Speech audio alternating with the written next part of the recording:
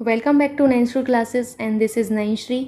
आशा करती हूँ कि आप सभी लोग एकदम अच्छे होंगे और अपनी पढ़ाई भी उतनी अच्छे से कर रहे होंगे। आज हमें हिस्ट्री में प्रैक्टिस करना है जैन धर्म की, मौर्य वंश की और गुप्त वंश की और हर्षवर्धन की।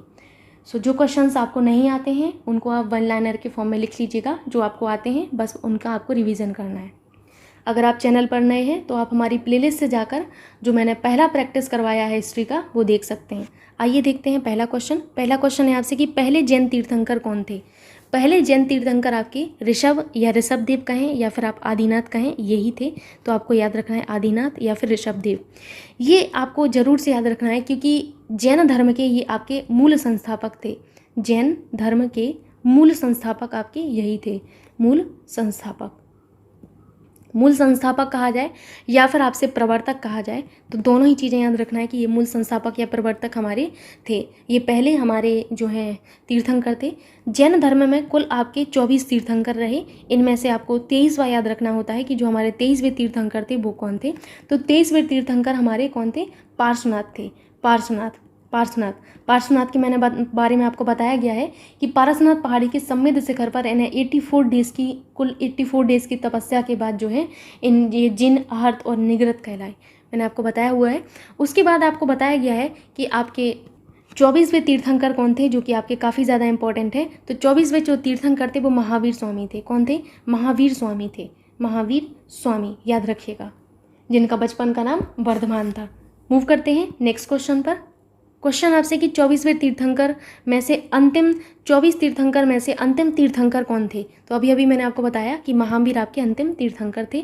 अगर हम महावीर के बारे में बात करें तो महत्वपूर्ण ये होता है इनका जो जीवन परिचय है वो, इनके बचपन का नाम जो है वो आपको याद रखना पड़ेगा, पूछा जाता है एग्जाम में। इनके बचपन का नाम था वर्धमान। क्या था? वर्धमान इनके बचपन का नाम था। इनका जन्म इम्पोर्टेंट है। तो इनका जो जन्म हुआ था वो वैशाली के कुंडलग्राम में हुआ था। कहाँ पर? वैशाली के कुंडलग्राम में आपको मिल जाएगा। तो आपको वैशाली के कुंडग्राम इनका लिख लेना है जन्म। वैशाली के कुंडग्राम में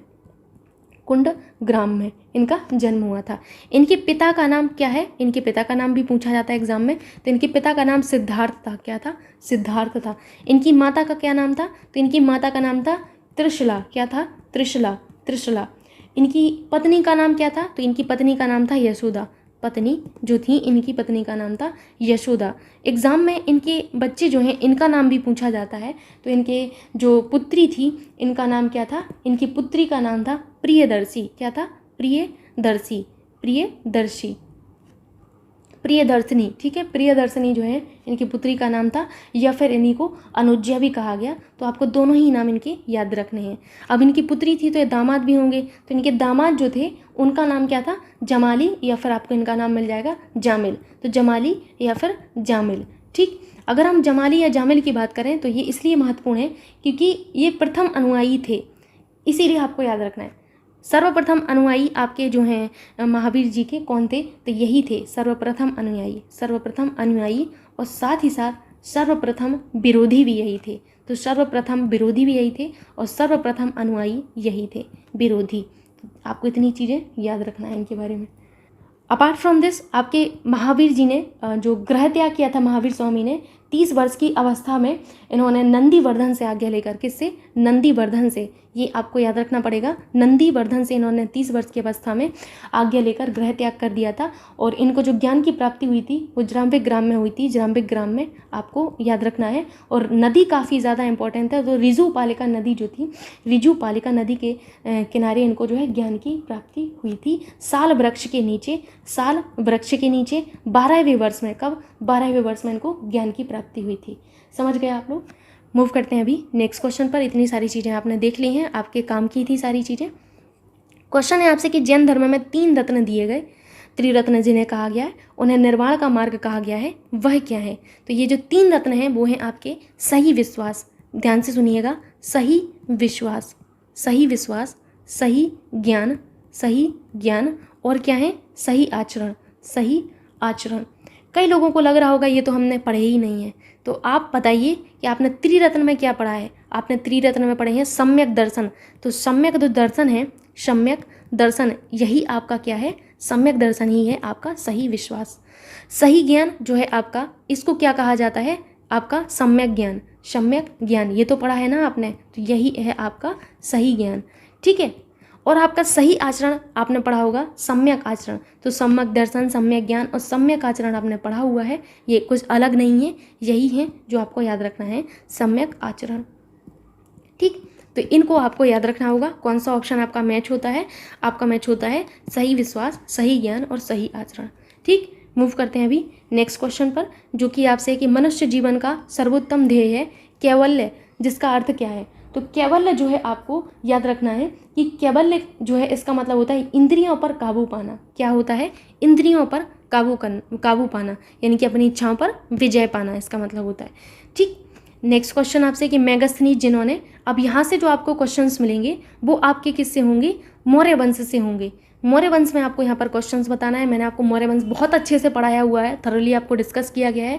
अगर आप चैनल पर नए हैं तो आप हमारी प्लेलिस्ट से जाकर वो वीडियोस देख सकते हैं। अभी आपके पास काफ़ी टाइम है, आप नोट्स बना सकते हैं, मैंने नोट्स बनवाए हुए हैं, सारी चीज़ें अच्छे से डिस्कस की गई हैं एक एक शासक के बारे में। क्वेश्चन है आपसे कि मेगास्थनीज जिन्होंने भारत के बारे में प्रसिद्ध ग्रंथ इंडिका लिखी, तो मेगास्थनीज ने क्या लिखी थी? इंडिका लिखी थी। पूछा जाता है एग्जाम में कि मेगास्थनीज ने इंडिका नामक जो पुस्तक है वो किसके द्वारा लिखी गई? मेगास्थनीज के द्वारा। मूल रूप से किस देश के थे? तो ये आपको बताया गया है, ये ग्रीस यानी कि यूनान के थे। कहाँ के थे? ग्रीस का है या फिर यूनान का है, आपको याद रखना है, यूनान के आपके निवासी थे, जो सेल्यूकस निकेटर का राजदूत बनकर चंद्रगुप्त मौर्य के दरबार में आया था। तो आपसे ये पूछा जाता है मेगास्थनीज के बारे में कि ये किसके दरबार में आया था और किसका राजदूत था? तो याद रखिएगा सेल्यूकस निकेटर का। किसका? सेल्यूकस निकेटर, सेल्यूकस निकेटर का राजदूत बनकर, सेल्यूकस निकेटर का राजदूत बनकर आपका जो है चंद्रगुप्त मौर्य के दरबार में आया था। चंद्रगुप्त मौर्य के दरबार में आया था। तो किस आपके शासक के काल में आया था, ये आपको याद रखना है। मौर्य वंश में तो आया ही था, लेकिन ये याद रखना है किसके दरबार में। और मेगास्थनीज नामक जो पुस्तक है आपकी इंडिका, ये इनके द्वारा ही लिखी गई है, तो ग्रीस आपका करेक्ट होगा। नेक्स्ट क्वेश्चन आपसे है, 1 मिनट आप दीजिएगा, क्वेश्चन आपको दिख रहा होगा। क्वेश्चन है कि विशाख दत्त द्वारा लिखित पुस्तक जो है आपकी मुद्राक्षस कौन सी भाषा में लिखी गई? तो ये जो है संस्कृत भाषा में लिखी गई। किसमें? संस्कृत भाषा में। ये आपका यूपी SSS परीक्षा 2016 में आया हुआ है, राजस्व निरीक्षक परीक्षा में। ठीक है, सो अभी मूव करते हैं नेक्स्ट क्वेश्चन पर। 1 मिनट आप लोग दीजिएगा, क्वेश्चन आपको दिख रहा होगा। क्वेश्चन है सम्राट अशोक का कौन सा शिलालेख कलिंग विजय पर उल्लेख करता है? कलिंग विजय का उल्लेख जो है आपका 13वां शिलालेख करता है। मैंने आपको बताया है 13वें शिलालेख के बारे में, और 13वें शिलालेख के बारे में मैंने आपको ये भी बताया था कि ये जो आपका 13वां शिलालेख है इसकी कुछ और भी महत्वपूर्ण चीज़ें हैं, तो वो आपको याद रखना है। पहला तो कलिंग विजय, ठीक है, कौन सा? कलिंग विजय। कलिंग विजय आपकी कब हुई थी? तो ये 261 आपके ईसा पूर्व में हुई थी, ये आपको समय याद रखना है। ठीक है, कलिंग युद्ध के बारे में वर्णन करता है, और विदेशों से संबंध के बारे में, किससे? विदेशों से संबंध के बारे में, विदेशों से संबंध के बारे में कौन सा आपका बताता है? तो 13वां आपका जो अभिलेख है इनका ये बताता है, शिलालेख जो है इनका ये आपका संबंधित है विदेशों से संबंध के बारे में। अपार्ट फ्रॉम दिस इसमें आपके संगम राज्यों का उल्लेख है। किसके? संगम राज्यों का उल्लेख, संगम राज्यों का उल्लेख। तो संगम राज्य में आपके क्या आते हैं? संगम राज्य में आप कहते हैं आते हैं चौल के बारे में उल्लेख है, और आपके पांड्य के बारे में उल्लेख है, और आपके जो है पांड्य, ठीक है, पांड्य के बारे में उल्लेख है, और आपका जो है सतीय पुत्र के बारे में भी उल्लेख इसमें बताया गया है। याद रखिएगा आप लोग। सो इतनी चीज़ें आपकी महत्वपूर्ण हैं। ठीक, और इसी आपके शिलालेख में 8 विकों की चेतावनी के बारे में बताया गया। किसकी? 8 विकों की चेतावनी, 8 विकों को चेतावनी के बारे में भी उल्लेख किया गया है। तो इतनी चीज़ें आपको 13वें शिलालेख के बारे में याद रखनी है। मूव करते हैं नेक्स्ट क्वेश्चन पर। क्वेश्चन आपसे कि अशोक के आक्रमण के दौरान कलिंगी की राजधानी कौन सी थी? जब अशोक ने आक्रमण किया था तो उस समय जो कलिंगी की राजधानी थी वो आपकी तोशाली थी। कौन थी? तोशाली। तोशाली कहाँ पर है? तो ये आपका जो है बेसिकली उड़ीसा में है। किस में है? उड़ीसा में है। तो इसलिए ऐसे नहीं लिखा जाता है, इसको आपको इस तरीके से लिखना है, तोशली या तोशाली। ठीक है, ये आपको लिखना होता है। नेक्स्ट क्वेश्चन आपसे है कि अशोक के प्रधान शिलालेखों में सबसे बड़ा शिलालेख कौन सा है? तो अशोक के जो प्रधान शिलालेख हैं इनमें सबसे बड़ा जो शिलालेख है वो 13वां शिलालेख है। कौन सा? 13वां शिलालेख। अभी आपको बताया है कि इसमें अशोक के कलिंग विजय, इनके राज्याभिषेक के 8 वर्ष बाद का वर्णन करता है। इतना आपको याद रखना है। नेक्स्ट क्वेश्चन आपसे है कि निम्नलिखित में से कौन सा आपका जो है कौन मौर्य कला का सर्वोत्तम प्रतिमान कौन सा है? तो मौर्य कला का सर्वोत्तम प्रतिमान आपका स्तंभ है, आपको पता होगा स्तंभ है। ठीक, नेक्स्ट क्वेश्चन आपसे है कि मध्ययुगीन अर्थव्यवस्था मुख्य रूप से निर्भर थी। तो मध्ययुगीन जो अर्थव्यवस्था थी वो किस पर निर्भर थी? कृषि अर्थव्यवस्था थी या फिर व्यापार आधारित अर्थव्यवस्था थी, उद्योग आधारित या युद्ध आधारित। तो आपको पता है ये कृषि अर्थव्यवस्था थी आपकी। कैसी थी? कृषि अर्थव्यवस्था थी। भूमि कर जिसे भाग कहा जाता था, ये आपको मौर्य वंश का याद रखना है। मौर्य अर्थव्यवस्था, ये मध्यकालीन नहीं है यहाँ पर, ठीक है, मौर्य है, इसको करेक्ट कर लीजिएगा। मौर्य अर्थव्यवस्था के बारे में पूछा जा रहा है। और जो मौर्य अर्थव्यवस्था थी इसके बारे में आपको याद रखना है कि आपकी कृषि आधारित थी। भूमि जो आपकी थी, भूमि कर पूछा जाता है मौर्य वंश में आपका जो है, मौर्य काल में या मौर्य वंश में आपके भूमि कर को क्या कहा जाता है? तो भाग कहा जाता था। क्या? भाग कहा जाता था, ठीक है। और ये जो आपका भूमि कर था, ये राजस्व का प्रमुख स्रोत था। यह उत्पादन का 1/6 होता था। जितना उत्पादन करेंगे उसका 1/6 भाग जो है आपका कर होता था, ठीक। नेक्स्ट क्वेश्चन पर मूव करते हैं, जो कि आपसे कि देवनाम प्रिय नाम से किसे दिया गया। तो आपको बताया गया है कि देवनाम प्रिय ये किसे दिया गया था? तो ये आपको अशोक को दिया गया था। किसको? अशोक को। इन्होंने देवनाम प्रिय दर्शी जो है आपके देवनाम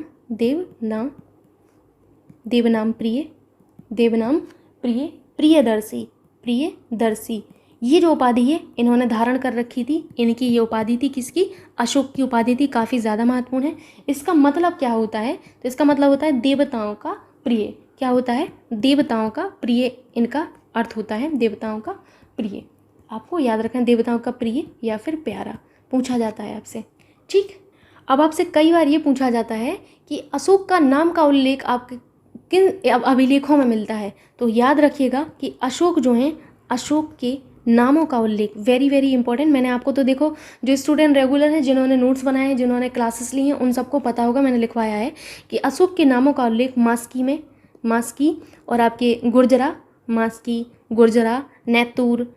गुर्जरा, नेतूर और उड़ेगोलम, किसमें? उड़ेगोलम इन अभिलेखों में मिलता है। उड़ेगोलम के अभिलेखों में मिलता है।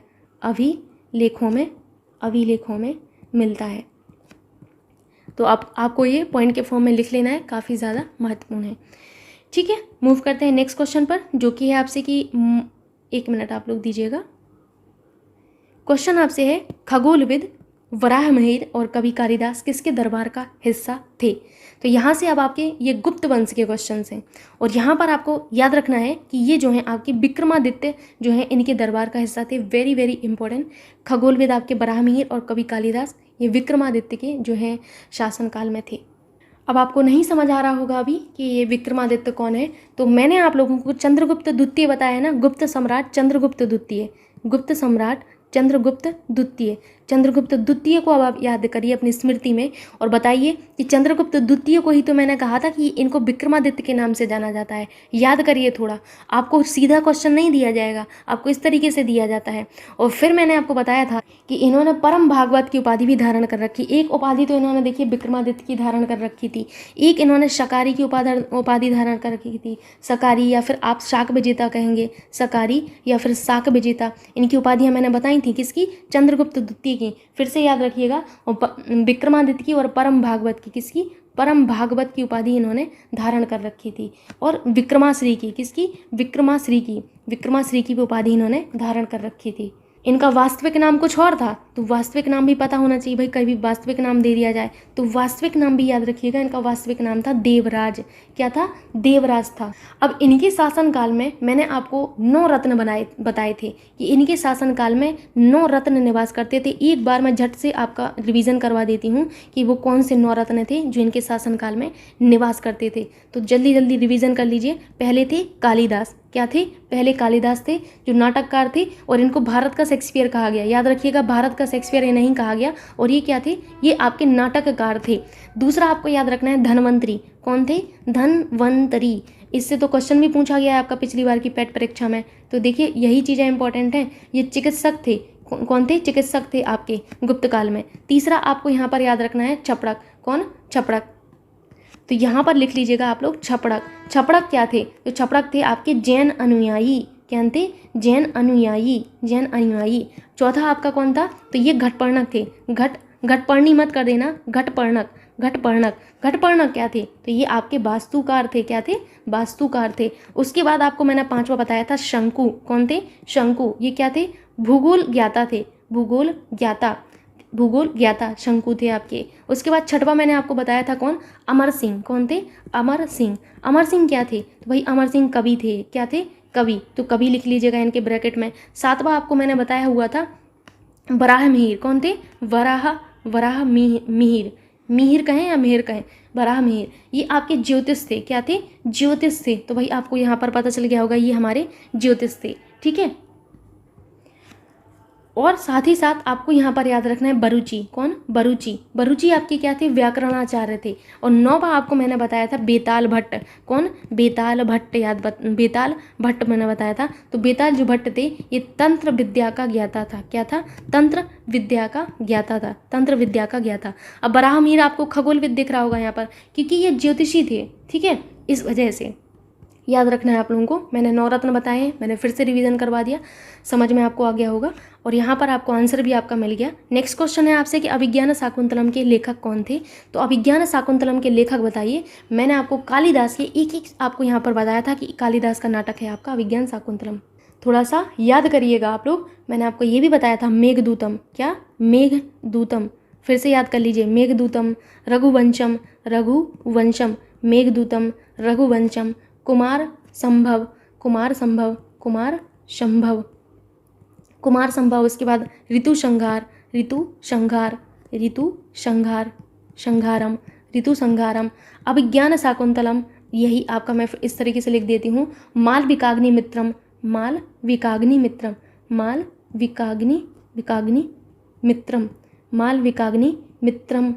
लिखा हुआ है ये, मालविकाग्नि मित्रम, विक्रमो वर्षीयम। ये आपके किसके थे? ये सभी के सभी आपके कालिदास के थे। किसके? कालिदास के थे। कालिदास किसके दरबार में 9 रत्नों में से थे? अभी आपको बताया गया है चंद्रगुप्त द्वितीय के शासनकाल में आपके 9 रत्न थे। ठीक। सो नेक्स्ट क्वेश्चन आपसे है कि गुप्त काल की प्रसिद्ध महिला शासिका कौन थी? तो ये आपकी प्रभावती गुप्त थी। कौन थी? प्रभावती गुप्त थी। नेक्स्ट क्वेश्चन आपके सामने है। क्वेश्चन आपसे कि चंद्रगुप्त मौर्य के प्रसिद्ध राजनीतिक सलाहकार को निम्नलिखित सभी नामों से जाना जाता था। इसके अलावा क्वेश्चन देखो, आपको समझ में आ रहा होगा, चंद्रगुप्त मौर्य के राजनीतिक सलाहकार कौन थे? बताइए आप लोग। अब देखिए, ये आपके गुप्त वंश का यहाँ पर क्वेश्चन आ गया। तो मैंने आपको बताया था कि चंद्रगुप्त मौर्य के गुरु कहें आप, चंद्रगुप्त मौर्य के सेनापति कहें आप, चंद्रगुप्त मौर्य के प्रधानमंत्री कहें आप, या फिर चंद्रगुप्त मौर्य के राजनीतिक सलाहकार कहें। एक ही व्यक्ति थे जिनका नाम था चाणक्य। क्या था? इनका नाम चाणक्य था ना? याद करिए आप लोग थोड़ा सा। अब मैंने चाणक्य के बारे में आपको बताया था कि कौटिल्य, अथवा आप इनको क्या कहते हैं, इनको कौटिल्य भी कहा जाता है, और इनको विष्णुगुप्त भी कहा जाता है। विष्णुगुप्त, इनके सभी नाम आपको याद रखने महत्वपूर्ण है। विष्णुगुप्त कहा जाता है, और इनके आपको ये 3 नाम याद रखने हैं। इसके अलावा मैंने आपको बताया था अर्थशास्त्र जो पुस्तक है, अर्थशास्त्र वेरी वेरी इंपॉर्टेंट, अर्थशास्त्र नामक जो पुस्तक है वो इन्होंने ही लिखी थी। ये आपकी बेसिकली लोक प्रशासन पर लिखी गई एक पुस्तक थी। किस पर? लोक प्रशासन पर लिखी गई एक आपकी पहली पुस्तक थी। लोक प्रशासन पर लिखी गई पहली पुस्तक चंद्रगुप्त के जो राजनीतिक सलाहकार हैं चाणक्य के द्वारा लिखी गई थी पहली पुस्तक। याद रखिएगा इतनी चीज़ें, आपको आंसर मिल गया होगा। इनका नाम चाणक्य तो था, ठीक है, और क्या था? कौटिल्य था, विष्णुगुप्त था, लेकिन समुद्रगुप्त नहीं था, है ना? मूव करते हैं नेक्स्ट क्वेश्चन पर। नेक्स्ट क्वेश्चन आपके सामने है कि भारतीय इतिहास में धनवंतरी कौन थे? ठीक है, धनवंतरी इस तरीके से नहीं लिखा जाता है, धनवंतरी। देखिए, अभी आपको मैंने बताया हुआ है धनवंतरी के बारे में, थोड़ा सा याद करिए। जब मैंने बताया था कि आपके 9 रत्न जो है कहाँ पर निवास करते थे, 9 रत्न चंद्रगुप्त द्वितीय के आपके जो दरबार हैं इनमें निवास करते थे। इन 9 रत्नों में मैंने आपको जो 2nd नंबर पर है वो बताया हुआ था धनवंतरी के बारे में। पन्ना पलटिए अपना तो याद रखिए, याद आएगा आपको। धनवंतरी ये आपके चिकित्सक थे। देखिए, यही क्वेश्चन आपसे पूछा गया है अब आपसे, तो यहाँ पर क्या होगा आपका आंसर? कौन सा आंसर सही होगा? चंद्रगुप्त विक्रमादित्य की सभा को सुशोभित करने वाले प्रसिद्ध चिकित्सक। ठीक, मूव करते हैं नेक्स्ट क्वेश्चन में। क्वेश्चन आपसे है, ये क्वेश्चन पूरा टाइप नहीं हो पाया या फिर जो भी मिस्टेक हो। कन्नौज से पूर्व हर्षवर्धन कहाँ का शासक था? पहला ऑप्शन, दूसरा ऑप्शन, तीसरा ऑप्शन, चौथा ऑप्शन। आपको समझ आना चाहिए, खाली लैंग्वेज सही है। अब आपको बताना है कन्नौज से पूर्व हर्षवर्धन कहाँ का शासक था? तो थानेश्वर का था। कहाँ का? थानेश्वर का था। हर्षवर्धन के बारे में कुछ चीज़ें आप लोग एक बार रिवीजन कर लीजिए तो अच्छा होगा। हर्षवर्धन ने जो उपाधि धारण कर रखी थी वो कौन सी धारण कर रखी थी? इन्होंने राज्यपुत्र शिलादित्य की उपाधि धारण कर रखी थी। राज्यपुत्र शिलादित्य की उपाधि धारण कर रखी थी। इनकी जो राजधानी थी वो क्या थी? इनकी राजधानी इन्होंने थानेश्वर से कन्नौज स्थापित की थी। कहाँ से? थानेश्वर से कन्नौज स्थापित की थी। वेरी वेरी इंपॉर्टेंट, थानेश्वर से कन्नौज स्थापित की थी। जबकि जो थानेश्वर राजधानी है किसने बसाई थी? थानेश्वर राजधानी जो आपके ये जिस वंश के थे, पुष्यभूति वंश के थे। किस वंश के थे? ये याद रखिएगा भाई, ये पुष्यभूति वंश के थे। एटलीस्ट इतना तो पता होना ही चाहिए। अब पुष्यभूति वंश के आपके थे। तो पुष्यभूति वंश के जो वास्तविक संस्थापक थे प्रभाकर वर्धन। कौन थे? प्रभाकर वर्धन। प्रभाकर वर्धन ने राजधानी बनाई थी थानेश्वर, और आपके हर्षवर्धन ने राजधानी थानेश्वर से कन्नौज ला दी थी। इन्हीं के शासनकाल में, हर्षवर्धन के शासनकाल में, मैंने आपको बताया था कि प्रयाग में आपका कुंभ मेला लगता है। तो प्रयाग में कुंभ मेले की शुरुआत की गई थी इन्हीं के शासनकाल में। आप इमेजिन करिए कि कितनी पहले से आपके जो हैं कुंभ मेले की शुरुआत कर दी गई थी। ठीक, फिर मैंने बताया था कि इनके नाटक कौन कौन से हैं। तो नाटक इनके थे, याद रखिए, नागनंद क्या थे? नागनंद थे। और आपके रत्नावली, नागनंद, रत्नावली, नागनंद, रत्नावली, और आपका प्रियदर्शिका, ये इनके नाटक थे। इनके दरबारी कवि काफ़ी ज़्यादा इंपॉर्टेंट हैं। दरबारी कवि क्या थे? तो दरबारी कवि आपको याद रखना है Banabhatta. Very very important, Banabhatta. अभी आपको बाणभट्ट के बारे में क्वेश्चन मिलेगा, बाणभट्ट। ठीक है, तो बाणभट्ट ने हर्षचरित लिखा। पहला तो पूछा जाता है हर्षचरित किसने लिखा? तो इनके दरबारी कवि बाणभट्ट ने हर्षचरित लिखा, कादम्बरी लिखा। क्या? कादम्बरी लिखा। और क्या लिखा? चड़ी शतक लिखा। चड़ी शतक इन्होंने लिखा। फिर मैंने आपको बताया था हुइनसांग के बारे में कि हुइनसांग जो हैं आपके इन्हीं के शासनकाल में आए थे। किसमें? आपके हर्षवर्धन के शासनकाल में आए थे। Very very important. ये आपका एक चीनी यात्री था। कौन था? चीनी यात्री था। मैंने बताया था कि नालंदा विश्वविद्यालय पढ़ने के लिए आया था, और इन्होंने CUK की रचना की थी। किसकी? CUK की रचना की थी। इनको, हुइनसांग को यात्रियों का राजकुमार कहा गया। क्या कहा गया? यात्रियों का राजकुमार। देखिए छोटी छोटी सी बातें हैं पर बहुत ज़्यादा महत्वपूर्ण है। इन्हें क्या कहा गया? राजकुमार कहा गया यात्रियों का। और इन्हें क्या कहा गया? युवान, याद करिएगा, युवान च्वांग कहा गया। युवान च्वांग भी इन्हें ही कहा गया। शाक्य मुनि भी इन्हें ही कहा गया। शाक्य मुनि, आधा का है शाक्य मुनि। इतनी चीज़ें मैंने आपको बताई थी। आपको आंसर तो मिल ही गया था कि हर्षवर्धन जो है कहाँ के शासक थे पहले? तो थानेश्वर, याद रखिएगा। नेक्स्ट क्वेश्चन आपके सामने है कि हर्षवर्धन ने 5 इंडीज़ को अपने नियंत्रण में लिया। इनमें से कौन सा 5 इंडीज़ थे? तो 5 इंडीज़ में थे आपके पंजाब, कन्नौज, याद रखिएगा, पंजाब, कन्नौज था, पंजाब था, और आपका बंगाल था, पंजाब, कन्नौज, बंगाल, बिहार और उड़ीसा। बंगाल, बिहार और उड़ीसा। कौन सा मैच हो रहा है? सेकंड ऑप्शन आपका मैच होता है। नेक्स्ट क्वेश्चन आपसे कि कादम्बरी के लेखक कौन हैं? तो कादम्बरी के जो लेखक हैं वो आपके बाणभट्ट हैं। कौन है? बाणभट्ट। अभी आपको बताया गया है तो ज़्यादा देर नहीं हुई है, याद होगा थोड़ा बहुत। बाणभट्ट किसके दरबारी कवि थे? ये दरबारी कवि थे आपके हर्षवर्धन के। ठीक है, दरबारी कवि थे आपके हर्षवर्धन के। ये डायरेक्टली पूछा जाता है आपसे छोटी छोटी चीज़ें। ठीक, इन्होंने हर्षचरित लिखा, कादम्बरी लिखा, और आपका चड़ी शतक लिखा। ठीक, सो आई थिंक आज के क्वेश्चन यहीं तक थी। आपका लास्ट क्वेश्चन था। आशा करती हूँ कि आज का प्रैक्टिस भी आपको अच्छा लगा होगा। सो एक लाइक, एक शेयर आप सभी की तरफ से बनता है। Thank you so much.